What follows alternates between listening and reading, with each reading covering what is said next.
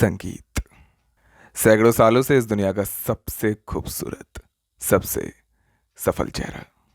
इस मर्तबा हिंदुस्तान दर्पण पर कहानी सुने मोहम्मद रफ़ी, जिनको कहा जाता था सुरों का शहंशाह। बॉलीवुड सिंगर मोहम्मद रफ़ी हिंदी सिनेमा के महान गायकों में से एक है। 31 जुलाई 1980 को मोहम्मद रफ़ी ने दुनिया को अलविदा कहा।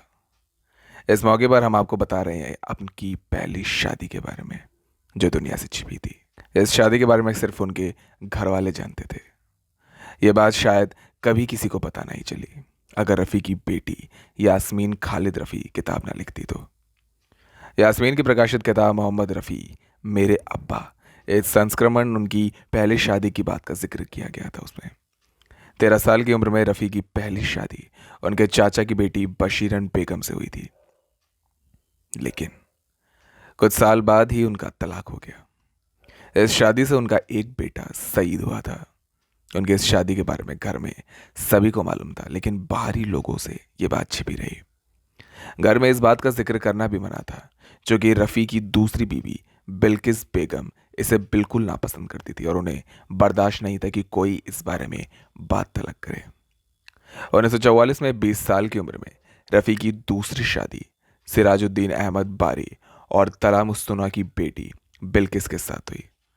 उनके 3 बेटे खालिद, हमीद और शाहिद व 3 बेटियां परवीन अहमद, नसीर अहमद और यास्मीन अहमद हुई। रफ़ी साहब के तीनों बेटों सईद, खालिद और हामिद की मौत हो चुकी है। आज़ादी के समय विभाजन के दौरान रफ़ी ने भारत में रहना पसंद किया। 31 जुलाई 1980 को उनका निधन हुआ। पंजाब के कोटला सुल्तान सिंह गांव में 24 दिसंबर 1924 को हाजी अली मोहम्मद के परिवार में मोहम्मद रफ़ी का जन्म हुआ था। हाजी अली मोहम्मद के 6 बच्चों में से रफ़ी दूसरे नंबर पर थे। उन्हें घर में फीको कहा जाता था। गली में फ़कीर को गाते सुनकर रफ़ी ने गाना शुरू किया। 1935 में रफ़ी के पिता लाहौर चले गए और वहां भट्टी गेट के नूर मोहल्ला में हजामत बनाने का काम शुरू किया। मोहम्मद रफ़ी ने अपनी ज़िंदगी में करीब 26,000 गीत गाए और लगभग हर भाषा में। वर्ष 1946 में पहली फिल्म अनमोल घड़ी में तेरा खिलौना टूटा से हिंदी सिनेमा के कदम रखा उन्होंने। इसके बाद पीछे मुड़कर नहीं देखा रफ़ी ने कभी। बहुत ही शर्मीले स्वभाव के थे, ना किसी से ज़्यादा बातचीत और ना ही किसी को कोई बात बताना, ना कोई लेना देना।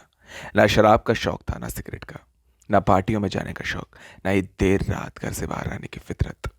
मोहम्मद रफ़ी काफ़ी दयालु इंसान थे। वे कभी भी संगीतकार से ये नहीं पूछते थे कि उन्हें गाने के लिए कितना पैसा मिलेगा।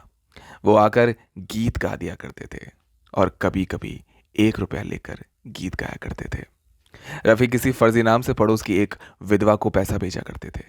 कई साल तक मनी ऑर्डर आया, पर जब मनी ऑर्डर आना बंद हुआ तो महिला पोस्ट ऑफिस गई। वहां पता चला कि मनी ऑर्डर भेजने वाले का निधन हो चुका और उनका नाम मोहम्मद रफ़ी था। रफ़ी साहब और लता मंगेशकर के बीच सालों तक बातचीत बंद रही। दोनों ने कई साल साथ गाना तलक नहीं गाया। वरदी प्लेबैक सिंगर को रॉयल्टी मिलने की लता मंगेशकर इसके हक में थी और चाहते थे कि रफ़ी उनका साथ दे, पर रफ़ी खिलाफ थे।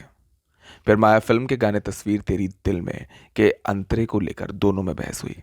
लता ने घोषणा कर दी कि वो रफ़ी के साथ नहीं गाएंगी। बाद में संगीतकार जय किशन ने सुलह कराई। फिर S D Burman musical night में उन्होंने एक साथ स्टेज पर गाया।